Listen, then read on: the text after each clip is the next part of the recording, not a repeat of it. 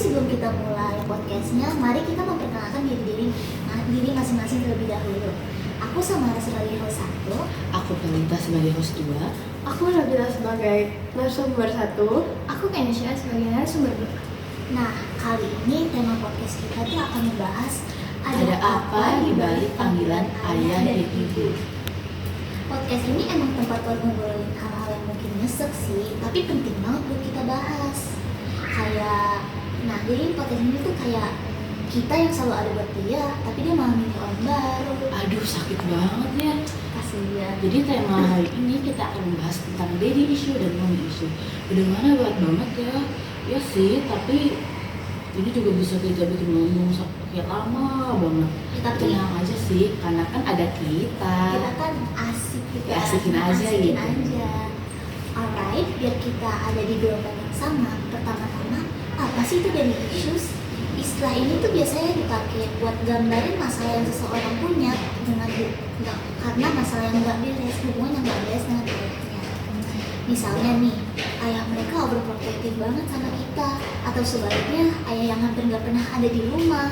Ayahnya sih ada ya, tapi perannya gimana tuh? Karena ya itu ya, betul banget. Bisa juga karena ayahnya itu abandoned, alias ninggalin keluarganya secara fisik maupun secara emosional. Ini bisa membuat seseorang jadi haus validasi dan mencari figur ayah dalam sosok orang lain. Karena itu kebanyakan dari mereka suka kepada cowok yang lebih tua. Jadi hati-hati ya, siapa tahu gak sekedar tipe. Now, mari kita masuk ke mommy issues. Istilah ini tuh mirip-mirip dengan daddy issues sih ya, tapi ya bedanya hubungan yang gak beres dengan mamanya. Nah, ini tuh bisa sama aja kayak mirip-mirip sama yang kayak daddy issues ya.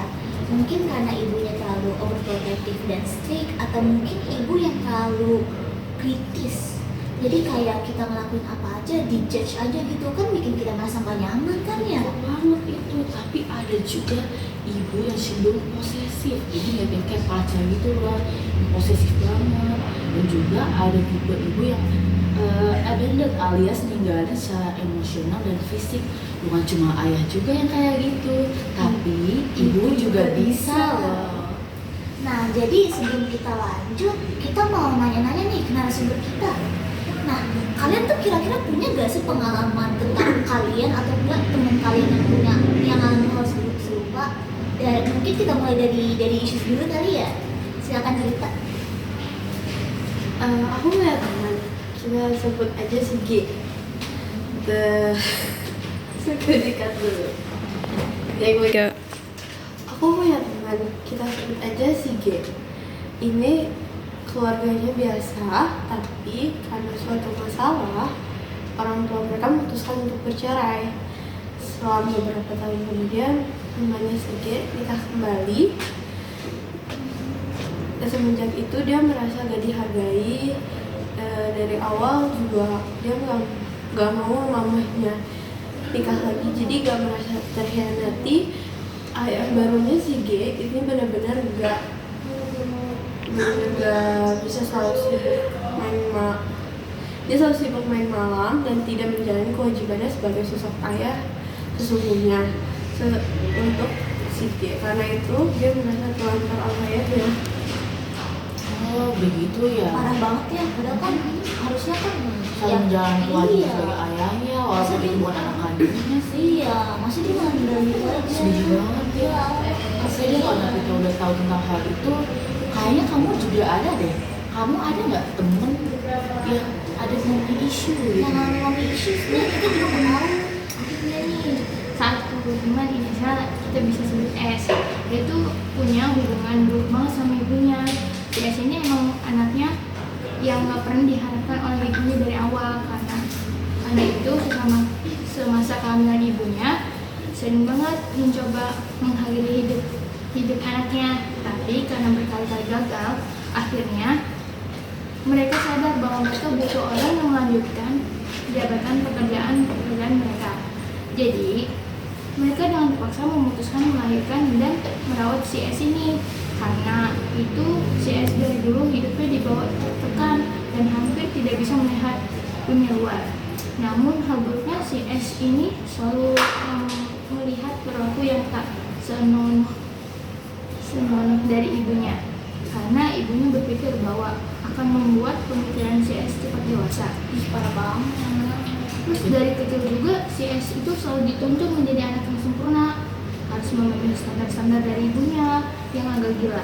Bahkan bisa dibilang si S ini jadi boneka dari ibunya, karena semua kendali si S berada di bawah ibunya. Parah banget sih. Iya banget sih. Padahal kan ibunya kan harus selalu ada buat anaknya loh, kan dia sendiri kan yang lahirin dia. Iya sih, walaupun emang awak dia itu anak yang tidak diinginkan, tapi jangan sampai seperti itu. Iya kan kasihan. Ada anak kan nggak tahu apa-apa, mereka nggak salah. Iya, setiap anak kan harus punya figur orang tua dalam hidup mereka, karena kan ya figur orang tua di hidup kita juga kan pasti penting-penting banget kan ya. Bayangin aja kalau misalnya ayah kita nggak ada gitu kan, nanti kita jadi agak ngawur gitu kan ya. Bilang tuh ah, jadinya kita nggak tahu ah, gitu nggak tahu identitas diri kita sendiri. Iya, Itu kalau udah misalnya termasuk kita- banget sih. Ya dia kan hilang kan. Iya betul. Dipancing dulu aja. Kalau bisa mau dipancing, siapin pancingan ya. Kita bakal mancing di sungai mana enaknya? Bisa dari. Nanti kalau misalnya kalian punya, nanti kita bantu pancing. Tenang aja. Pancing siapa nih? Sing. Bukan pancing ikan. Pancing siapa tuh? Pancing crush gak sih? Aduh. Nah, jadi dari cerita dari narasumber kita ya, kita jadi udah punya bayangan kan ya tentang buruknya dari isu sama mommy issues. Nah, sama seperti yang aku bilang, karena kekurangan figur orang tua di hidup kita, itu bisa menyebabkan dampak berkepanjangan dalam hidup kita. Bahkan tuh kayak kebiasaan-kebiasaan itu nggak akan pernah hilang seumur hidup kita loh.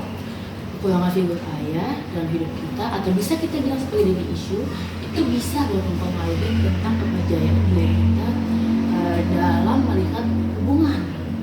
Misalnya kita pacaran nih, tapi karena kita kekurangan figur ayah dalam hidup kita, setiap kali kalau misal pacar kayak misalnya nggak ngebales chat kita, ataupun kayak mereka minta izin untuk pergi tapi mereka itu kayak gak ngebales seharian, jadi kita kayak takut gitu. Iya, tiba-tiba takut dia lagi sama orang baru, Atau gue ditinggalin ya, apa diselingkuhin, itu kan takut ya kita. kayak di ghosting, atau gue ditinggalin kali ya gitu. Gue dia nggak bosan kali sama gue yang Betul, betul. Sebutan itu sering kita dengar dengan istilah overthinking. itu juga bisa dikarenakan karena penolakan dan kecemasan akan pengabaian yang kita udah sering alami sejak kecil. Aku setuju banget sih sama yang pacar itu. Aku setuju banget kayak kalau misalnya 5 menit aja nggak ngabarin kayak aku cemas gitu, apakah punya daddy issues kali ya? Oh, dong. Bantu dong. Bantu pancing dong. Nah, tapi aku setuju banget sih. Kalian setuju gak? Kalian setuju gak sih? Setuju. Iya kan ya. Jadi tuh ada semacam ketergantungan emosional yang terbentuk, atau bahkan keinginan yang kuat buat cari sosok pengganti ayah kita loh. Kayak misalnya dari teman. Teman bahkan kita bisa anggap jadi ayah sih. Teman deklub juga bisa. Justru Baik kalau misal temen dekelnya sosok kayak itu kayak bener-bener udah wow, dari figure banget gitu, kayak bener-bener ada buat kita. Jadi kita kayak nganggapnya itu ayah kita, padahal kan dia ya wajarnya kan dia lebih muda kan ya dari kita ya. Nah tapi daripada teman, bisa tahu kita cari dari seorang guru cowok nih misalnya. Saya guru cowok itu perhatian banget gitu sama kita, selalu care sama kita. Bahkan ayah kita aja nggak pernah kayak gitu, tapi guru cowoknya pernah gitu kan, kayak agak sakit gitu dia kan. ngerasa kalau misalkan ini nih dari figur gue nih, gue ngerasa kalau dia ini ayah gue nih, padahal mah gitu deh. Ya udahlah, itu juga bisa kita cari pasangan juga sih. Ya jadi guys, ini tuh udah termasuk gak sehat ya, hati-hati. Kalau kalian merasa insecure atau overthinking setiap kali pacar sudah ngabarin kayak yang dikabarin si Ocha tadi ya, dan pikiran kalian sudah mulai kayak aneh-aneh, aduh apa gue diselingkuhin kali ya, apa dia ninggalin gue untuk orang baru gitu. Aduh, sakit ya, dejavu ya, aduh Sakit banget nih. maaf ya. Aduh, nanti tinggal dilakukan kok bisa ini. Itu tuh mungkin muncul dari rasa takut yang akan ditinggalkan. Kayak takut banget kita bakal ditinggalin pacar kita, soalnya kan pacar kita kan udah penting banget ya di hidup kita. kalau gitu kayak sebagai sosok yang tertib banget kan ya. Nah itu tuh mungkin mirip ya kayak kita alami dulu dengan ayah kita, karena kita kan sering ditinggalin sama dia. Aduh, bener sih. Tampar kan nih? Tampar kan nih? Banget sih. Gaya. Tapi tahu gak sih? Apa? Di sisi lain, aku pernah dengar mommy issue bisa bikin kita jadi overthinker. Jadi lebih parah gitu gak sih Parah. Misalnya kayak masalah sepele tapi kita anggapnya besar banget, kayak misalnya lagi ujian mah kayaknya 50-50 ya, gampang-gampang, tapi kita ngerasa tuh kayak besar banget, kayak aduh ini kalau kalau enggak, kalau misalnya kita ngerasa setiap masalah sepele itu kayak ujian gitu guys. itu Kayak kita tuh harus selalu pilih jalan yang benar. Kalau misalnya salah ya kita agak merosot dikit ya. dan juga mereka yang mengalami mommy issue biasanya cenderung lebih suka Mencari validasi atau enggak perhatian dari orang-orang sekitar. jadi rasanya aku tuh butuh validasi dari orang lain. Atau bisa misalnya nih ya, mereka tuh nggak akan pernah merasa puas atas pencapaian mereka sendiri. Nah, kalian relate nggak sih, dari dulu tuh ibu tuh pasti kayak netapin standar tinggi buat kita gitu. Iya, bener banget sih. Misal nih, kita kan ulang matematika nih, tapi kita udah dapet nilai 95, padahal itu udah masih bagus banget gak sih? Iya, tapi ibu tuh ngerasa kayak gak cukup, kenapa kita nggak bisa udah punya Kenapa kita nggak bisa dapet nilai sempurna? Kenapa kamu harus 95? Emang kamu nggak bisa coba yang lebih baik apa? Karena itu kan bikin kita merasa kayak nggak puas gitu loh, kayak kita kurang baik kan ya. Bener banget. Padahal itu udah bagus banget.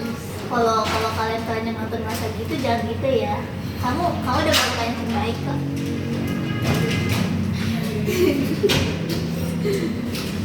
Jadi kita kesimpulannya bahwa mommy issue ataupun daddy issue itu benar ada loh ya, dan dampaknya itu punya pengaruh yang besar banget dalam kehidupan kita. Tapi selalu ingat, kalau misalnya selalu bakal ada jalan buat mengatasi dan mengubahnya jadi hal-hal positif. Ya, benar banget. Untuk kalian yang punya masalah ini tenang aja, kalian itu nggak sendiri. Kita semua punya masalah masing-masing, dan yang paling penting bagaimana cara kita mengatasinya. Mungkin biar kalian merasa lebih oke lah ya, kalian bisa nyoba ceritain masalah itu ke temen atau enggak orang-orang terpercaya kalian deh. Misalnya kayak sahabat, pacar, bahkan guru juga bisa itu ke guru BK tuh kita curhat. Ya bu, aduh bisa gue curhat bu. Tapi kalau misalnya tiba-tiba infonya kesebar, jangan heran ya. Karena itu, bahaya tau. Apa? Kenapa? Hati-hati. Tapi aku pernah tahu nih di sekolah-sekolah yang kayak gitu, guru BK-nya malah kayak Tenang aja gue BK kita iya mah guru BK kan aman. Secret. Aman. Udah aman. shout out buat guru BK kita. Love Bu you, Yani, BK. Pak Yani, Bu Hira. Love you Love you all, love you. Nah, thank you banget ya udah dengerin podcast kita kali ini. Sampai jumpa di episode selanjutnya, walau nggak tahu kapan sih. Ya sih, tapi selalu ingat kalian itu tuh harga apa adanya. Jangan mimin. Kan? Tapi